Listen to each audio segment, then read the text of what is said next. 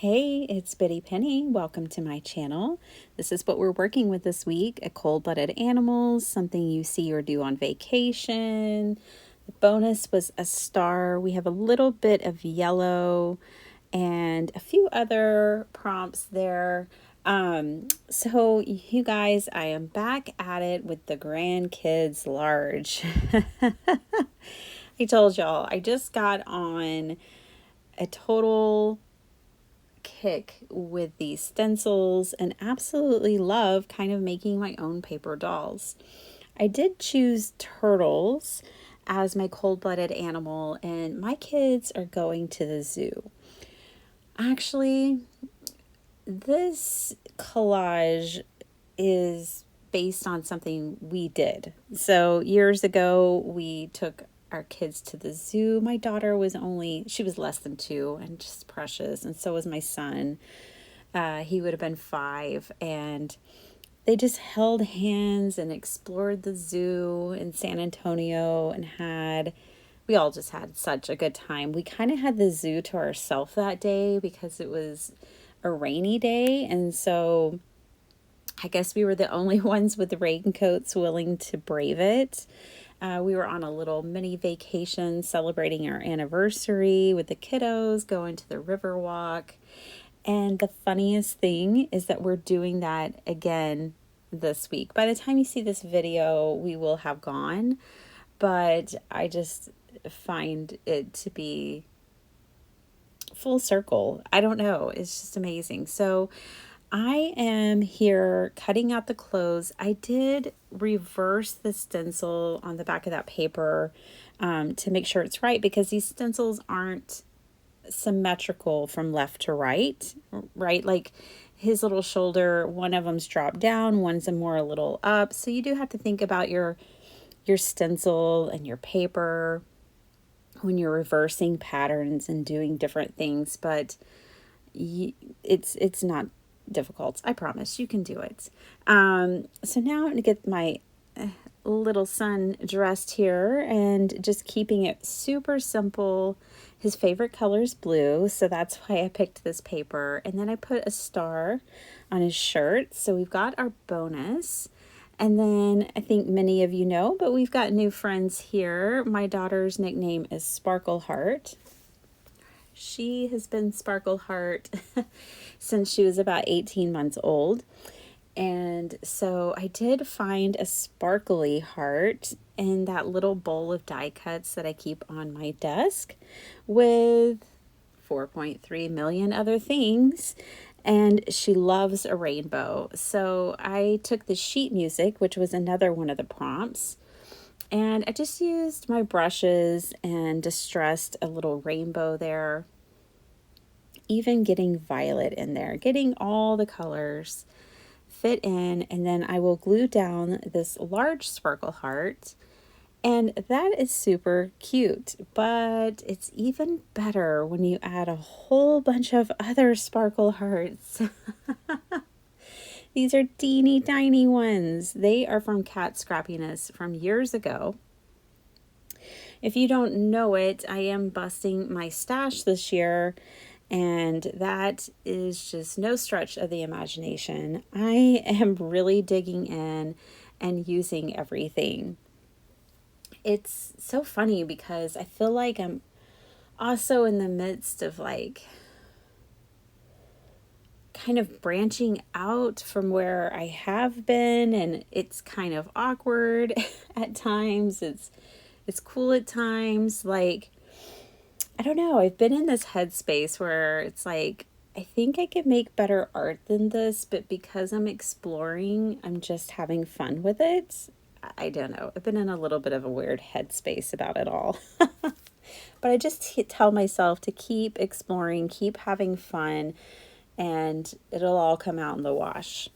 So I've got my paper here that I'm going to collage onto, and I'm going to draw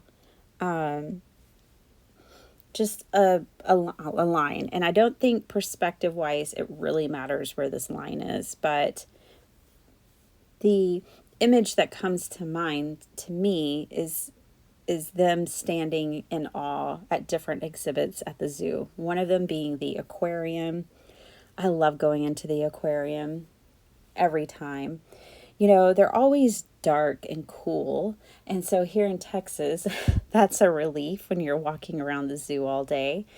And I just enjoy it. It's calming.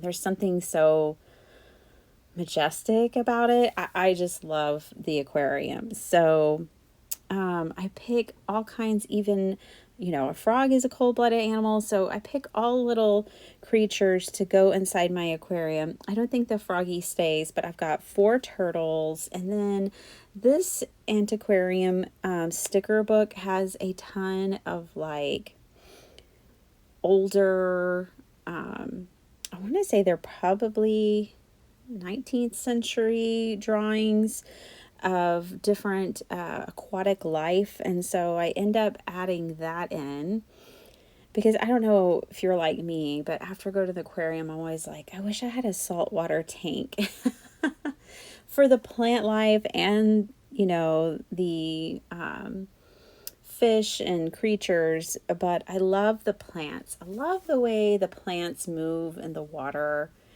And yeah, I don't know. So I'm building a little aquarium here. I'm kind of building out my little scene with these stickers and filling it in. My little turtle over there by the star, he'll have a log to lay on before we're done here. This because they're stickers, you could probably use the press and seal to keep them all together, but I'm just kind of sticking them together in a way that like helps me remember their placement, who's in front of who, kind of how wide they go. I just do this for my own peace of mind, but it's not 100% necessary.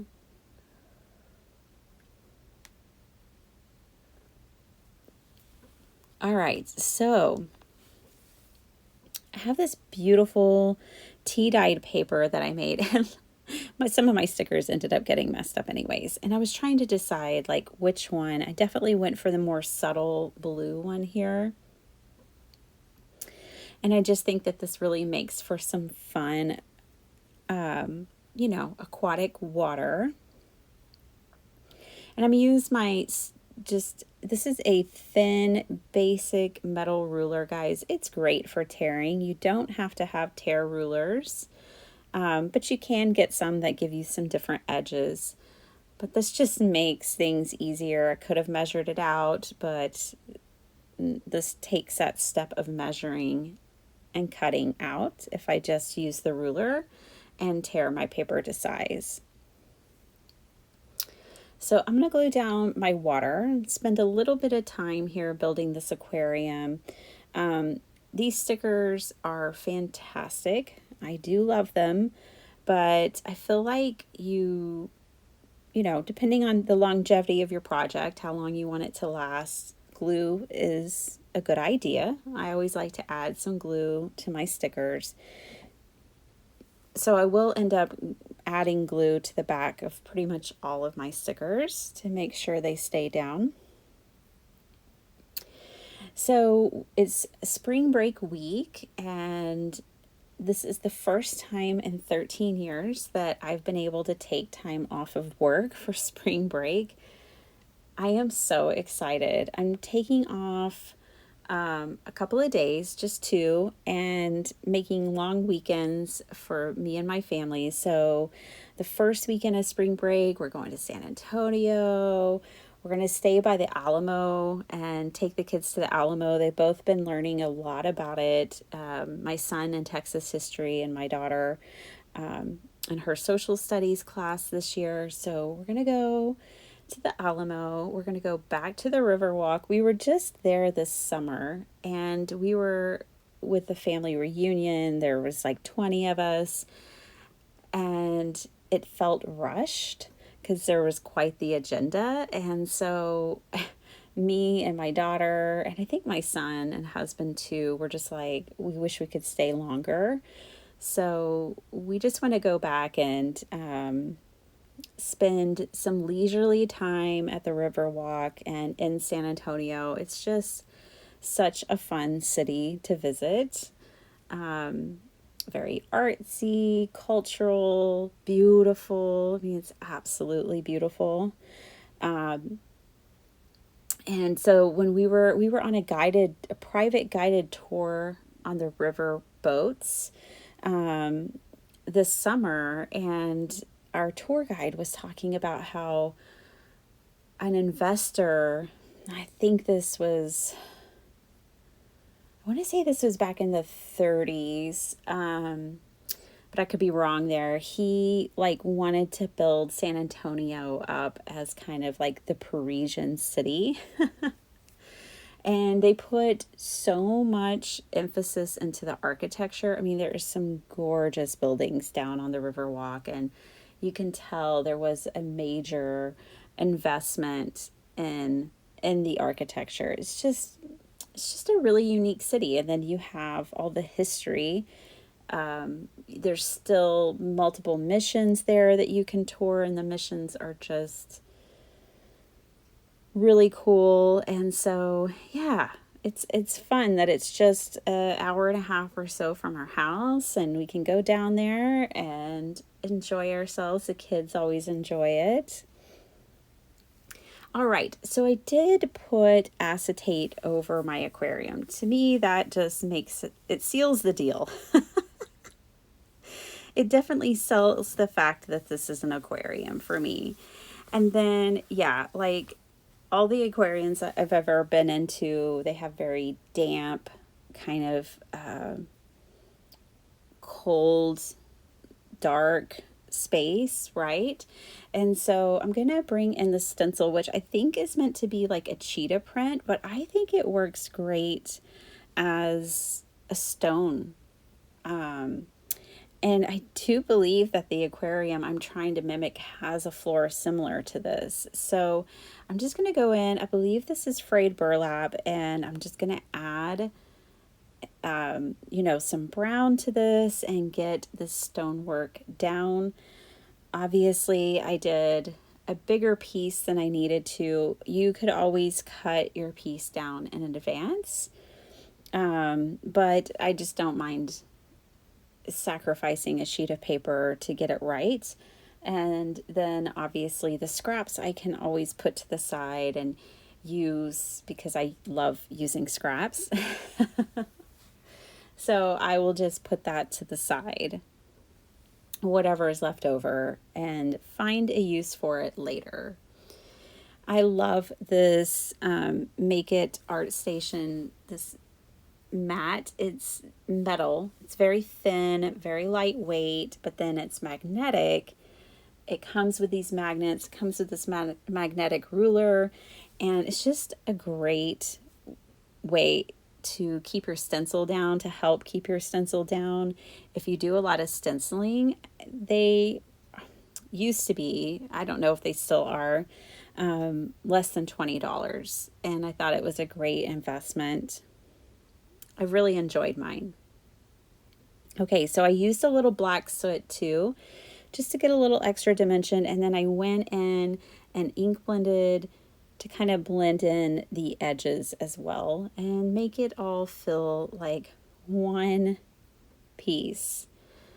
Okay, so here's where I will just line this up just like I did my water up there at the top, and start tearing the paper to get it down to the right size. So, this is like week 11 of the challenge. I have so enjoyed this collage challenge, you guys. I will tell you, I have next week's done. I don't have anything after that done, but I do have up to next week's done. And it's completely different than the last 3 weeks. So for the last 3 weeks, I've been using these silhouette stencils and masks, loving them. Obviously, I'm on a kick. And, but I do change it up, and who knows what I'll do after that for week 13 and beyond. But it is just so fun to have a project like this that's really just for me. I mean, obviously, I share my crafty journey here with all of you, but in the end, this is just my little collage book that I will fill up by the end of the year, store away, look at occasionally, and enjoy. And so if don't I don't feel pressure to make it anything in particular. So if I get stuck playing with paper dolls for 3 weeks in a row, I'm okay with that. Obviously I want to make interesting content here for you guys, but I'm not that kind of content creator, which you may like or not. But I really look at this channel as a way for me to share my journey through paper crafting. And so my journey has a lot of dips and twists. It's a bit of a roller coaster. And so it is what it is. So I'm just going to keep going. So if I get stuck in a paper doll, it's not a rut, but if I get stuck in a paper doll theme for a few weeks, so be it. I am also excited about what's coming up next week, because that collage is super cool and totally different, like I said. And I love how some of these are really, my collages are really like, this one is really kind of capturing a moment in my life. Like, I remember being at the zoo with my children. I remember their sweetness. I remember them holding hands. I have pictures of the event, obviously, but it's kind of fun to recreate it through my hobby as well, through an art page or a collage page. It helps, solidify that memory even a little more. So some of these pages are turning out so sentimental. I will admit sometimes it's difficult to tie everything together. Like, I like it all put together in a theme. I like creating these scenes. As my son said, I'm creating like a cinematic universe here, which is so funny and sweet. And some weeks that's a challenge with the prompts. But then other weeks like this one, it just comes together, and I love that. I just love that. So another prompt for this week was a map. And I just pulled this piece of paper from my desk, and I'm going to cut it down. So my son is definitely the one to be the map holder. He's always loved maps and things like that. And so even on this trip, I remember we have quite a few pictures, and the map is in his hand. So he's going to be holding a map in this, and I write zoo map on there and keep it really basic. I'm just folding down a piece of paper small enough to fit in his little hand here. And I did glue it in a way to where I put the glue on the back of the hand and the glue on the back of the map, but the map is kind of open. It's such a small detail, probably insignificant, but I like it. I just like doing little things like that. It helps it, I don't know, it's the small details that help everything come to life, I feel like, in paper crafting. So I'm showing you here, like, oh yeah, you can kind of see it's a little open, which makes it even more fun. And that's pretty much it, you guys. I am going to glue my prompts on the back of my collage and show you the finished piece. I so love it. This was a lot of fun to play with. You saw that I did fussy cut out some of my stickers, but not all of them. Some of them I just ink blended around the edges so that they would blend into the aquarium better. I distressed paper for the wall. I mean, little stenciling, a little paper doll, and it all came together. Sparkle Heart is shining over there. I hope you enjoyed this collage and that you're enjoying the Margaret Miller challenge, and I'll see you next time. Bye.